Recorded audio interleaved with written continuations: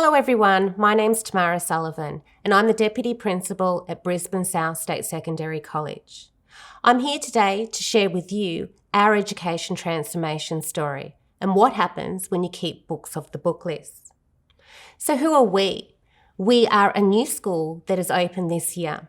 We've started with Year 7 and we'll continue to add on a cohort each and every year, eventually growing to over 1,600 students. We are one of 2 vertical schools in Brisbane.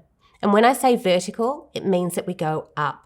There has been an absolute population boom that has occurred in Brisbane, particularly in the inner city.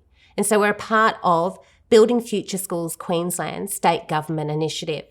The opportunity to start a new school has meant that we can do things a little bit differently. So in terms of our facilities and our school, we've actually built them into multidisciplinary hubs. And this is all about creating and fostering those relationships between our discipline areas. So I'll get you to reflect. If you had the opportunity to open a new school, what is it that you would do differently? Because this was the opportunity that was afforded to us. There is something else that's quite unique about our school, and that is that we were developed in collaboration with the University of Queensland, one of the world's top universities. So here is our school here, and our students access the University of Queensland's facilities via a walkway bridge. But in addition to that, we are also known and to be located in what we call the Knowledge Corridor. And so our students have access to the Translational Research Institute, the PA and the Mater Hospital. In addition to that, we are located in South Brisbane, and so we have access to the wonderful Arts Precinct. In terms of our vision for change, well, we focus in on 3 main areas. 1, it is about challenging conventions. We know that we're living in a rapidly changing world, so it's really important that we are open to evolving. 2, it is about us collaborating with the best. We know we have these wonderful opportunities with our industry partners, and so this is really about us collaborating with them and bridging that link between secondary schooling, tertiary educations, and the needs of the local and global economies. And finally, it is about us thinking globally and acting locally. And this is about ensuring that we always put our learners at the forefront and continually asking ourselves the questions.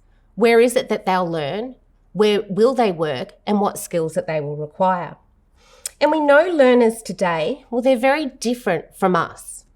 For many of us, we were more than likely born into either Generation X or Generation Y. And for us, the age of that digital disruption, the ways that we were using technology really didn't occur until a lot later in our life and certainly wasn't a part of our childhood. But if we consider our students, the ones that particularly are entering into our secondary school, they were born around 2010. And what's significant about this time is when we first released the iPad and when Instagram was launched. So for these students, they were born into the technology. And for many of them, they were using the technology before they could walk or talk. Mark McCrindle, a social researcher, has labelled this generation as Generation Alpha. And why? Because we ran out of letters in the alphabet, but rather than starting just back at Gen A, they've labelled them Generation Alpha to represent a new alphabet because this generation is unlike any previous generation that has come before them. 1, we know that they are culturally diverse. We know that they are connected and they are very, very social. We know that they're going to hold these multiple jobs across multiple careers. So think of the gig economy and those short-term contracts. And because of this reason, we know that they are going to have to upskill and reskill continuously in the workforce. In order to respond to the changing needs of the workforce and society, in education, we have to think about what we're doing to better reflect those needs. Microsoft in 2018 put together a book, a free book that is available to everyone, to help institutions to navigate that transformation that needs to occur. But most importantly, what was in the book was about making sure that we have the right school conditions in place. Because ultimately, we want our students to be engaged, empowered and supported. We want them to develop those digital literacy skills. We want to make sure that they're not just the knowledge consumers, but they have those opportunities to be the knowledge producers. So this ability of being able to co-create and co-author.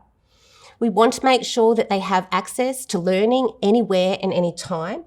And that's about not just happening in the classroom, but outside of the classroom.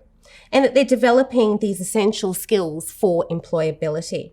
So for us at the college, our education transformation has focused in on 4 key areas. 1, at the centre of everything that we do, we put our learners first. 2, it's them figuring out in the terms of our learning design by considering our learning environment, our partnerships, how we go about leveraging digital, and also engaging in that inquiry process, and how each one of these elements works seamlessly together to provide those deep learning outcomes for our students. For us, in terms of our environment and starting a new school, well, we know what we didn't want to do, and that was simply by purchasing modern furniture, but then putting it back in a very teacher-centric classroom, where our chairs and desks were still back in rows, and then replacing the blackboard or the whiteboard with a smart interactive board. But rather, we had the opportunity about providing future-focused spaces. And this is a cross-section of our junior learning hub. And as you can see, we have lots of these outdoor testing areas right across the college, and that's about bringing the outside in. Our students have these opportunities to work in collaboration spaces, group plan areas. We have lots of these circulation spaces that will link the levels together. And 2, we have these very open classrooms. And as you can see here, that there is actually no front of house to a classroom. So our classrooms don't have doors. We do have the ability of being able to shut them off with writable glass, but really it's about promoting that co-teaching and co-learning.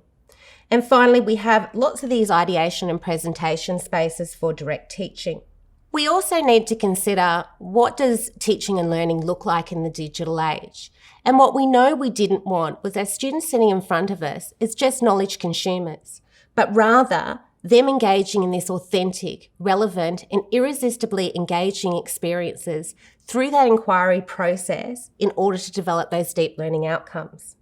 So part of our consideration in terms of our teaching and learning programs, we also needed to consider what technology would have the maximum pedagogical impact in the classroom.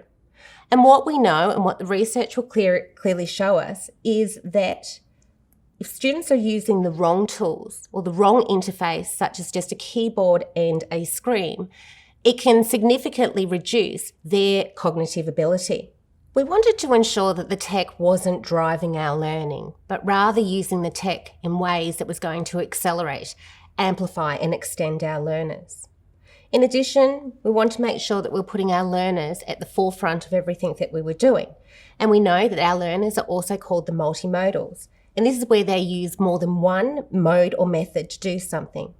It also provided us with opportunities to really consider teaching about tech fluency. So getting our learners to understand the type of tools that they're using in their learning in order to be able to critically evaluate and self-regulate. So what we decided to do was to implement OneNote notebooks across our entire campus. And this has become our primary note-taking software for all of our students. And this is the reason of why. So we wanted our students to be able to interact with digital content. At the same time, we still wanted them to have the ability of being able to write, being able to draw diagrams, being able to annotate. In addition, we also look for those opportunities of combining other modalities, such as the ability to be able to add audio recording. And this is going to bring fidelity to the teaching and learning process in a way that a book simply cannot. Our second consideration focused in on looking at the different languages that we use across multiple different subject areas. So think about maths, think about science, think about the arts. And we know that in student learning, a keyboard is just not suitable for those subject areas because our students need the ability at being able to write. In addition to that, we look at opportunities at how the technology can value add into what we're doing. And that is to make their thinking visible. And in addition, it's also about being able to cater for our multimodal learners and think about the strategy of learning and how powerful that is in mathematics. But now we have the ability of being able to add in those different modalities onto their device. It's also about our ability at being able to add in other modalities such as video and think about how powerful this is in maths in regards to flipped learning.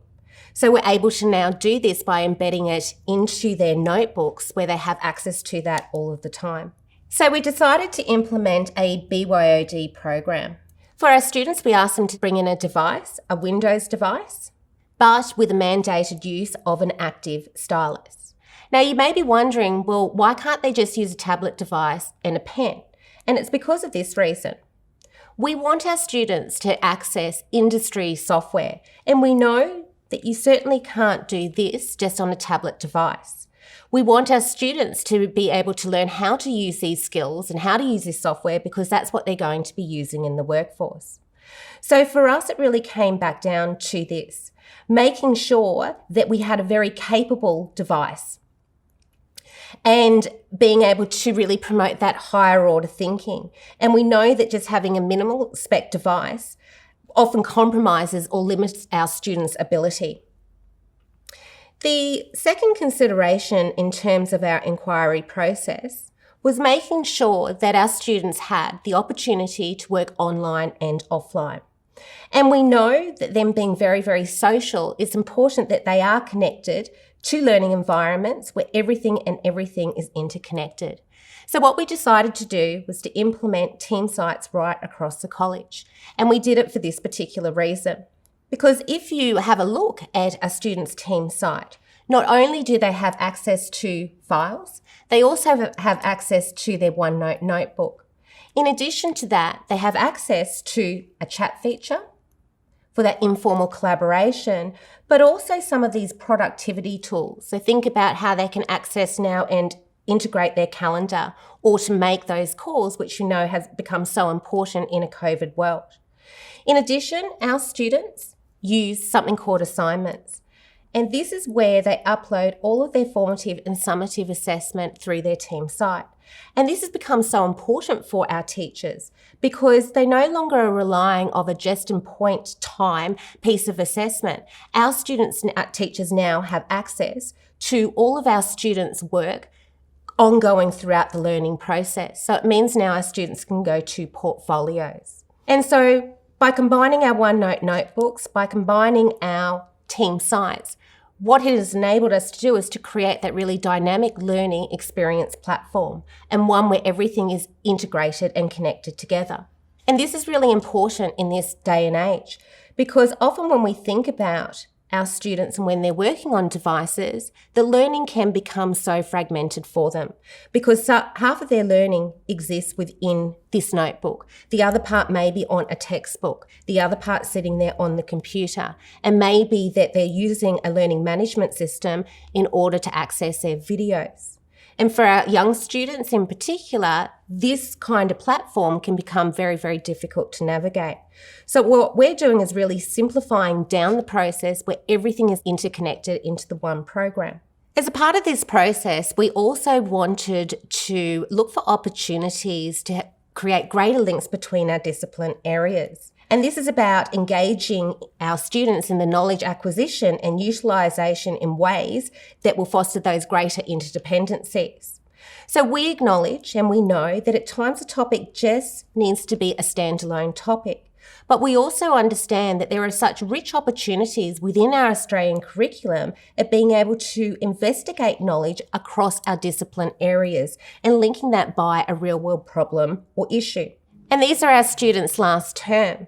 And what they're undertaking is a transdisciplinary unit within their science, HP and maths studies. So what they're doing is that they're exploring on how to use and undertake shot put, but they're also then looking in their science studies at non-contact and contact forces such as gravity and friction. And then what they're doing in their maths studies, they're using the technology of being able to analyse their throw and then drawing conclusions as to how they might go about improving their performance. In order to facilitate this collaboration, we needed to look at ways about being able to break down the silos that traditionally exist within secondary schools. And for us, rather than giving them separate team sites, those online team sites to use within their subject areas, we combine them all into one. And this is really making what they're doing within their subject areas transparent, but also deprivatising that classroom practice in order for them to make those explicit links. The third key element we need to consider was how we're going to leverage the digital in our teaching and learning programs. As a part of that consideration, it was looking at the hardware that we were using in our classrooms. What we wanted to ensure was that our screens were very mobile, because we have that unique build where our teachers are given the opportunity at being able to co-teach and co-learn. So we need to have those boards being movable. In addition to that, we actually went with a very low-tech solution. We didn't implement any interactive boards, but what we wanted was wireless right across the campus. And instead of investing in the boards, we invested back on the teachers' computers, so giving them a powerful device with a stylus. And very early on, we shared this research with our teachers. And this was looking at the impact of digital delivery on higher education students' attendance rates, their grades, and their satisfaction. And what they found is around the 2000 mark is when there was a decrease. And this is really when laptops became a big part of the teaching and learning process. So what they found back in the 90s, that impact was greater because they were using a pen, a blackboard. But by the time of 2000 was when the invention of PowerPoint really came into play for many of our teachers in their presentations. And what they found in this study, that by combining both high fidelity, so that digital content, with low fidelity, such as that ability to be able to annotate, draw diagrams, increased the impact that it was having on our students' learning outcomes. For our students, we really spoke through about the necessity of removing content from their screen, being able to annotate. And this was really about them becoming more present in the classroom, becoming those storytellers that we know that our students absolutely need, and not just pressing a spacebar on a computer. And in addition to that, we decided not to go with the interactive boards because we wanted all of our teachers simply using OneNote as their whiteboard. And the benefit in doing that meant that our teachers, as they were annotating and creating that content, was actually syncing directly down to our students' devices. So we're now able to capture all of that learning that is occurring in the classroom. In regards to what we did, it was really about simplifying down the programs that we were using, our processes, and focusing in on two core programs, that being OneNote, that being Teams, and putting a very powerful device in our teacher and student's hand with the use of the stylus. And what that has meant is that our teachers now have the opportunity and the time being able to explore these new and emerging technologies. So as an example, here are our students, and they're using something called a Merge Cube, and they're interacting with that via augmented reality on their device in order to be able to solve this maths problem. So really now we are focusing on moving away from the structural and the auditory to the hands-on, to the multimodal, to the visual. The fourth element in our learning design is considering our learning partnerships. We have the first biomedical STEM academy in Australia, and the double M stands for medicine, or the medical component. Our students are here, and what they're doing is that they're accessing the facilities in the Translational Research Institute, learning on how to grow bacteria in preparation for them extracting DNA in term 4, and these are only 12-year-old students. But we also look at ways of how we can start providing our students with opportunities by really tapping into the technology that is going to give them those experiences that would not be normally conceivable in a classroom. So in this particular example, our students are actually accessing one of our 4 virtual reality labs across the campus, learning how to develop those skills, safe practices in a laboratory before letting them loose in the real one at the translational research. So I just want to pull that all together. And so for us, it is about ensuring that we are putting our students at the centre of everything that we are doing. We focus in on developing their self-understanding and their connection, how they can contribute and give back. It is about developing their knowledge, and we understand how important it is for our students to develop that deep subject matter. But equally, it was important of them developing those global competencies and those transferable skills. And we do that through our inquiry process by focusing in on those 4 key elements: the environment, partnerships, digital and inquiry, in order to be able to provide our students with those deep learning outcomes. So how did we do this? Well, we had a very well thought out plan.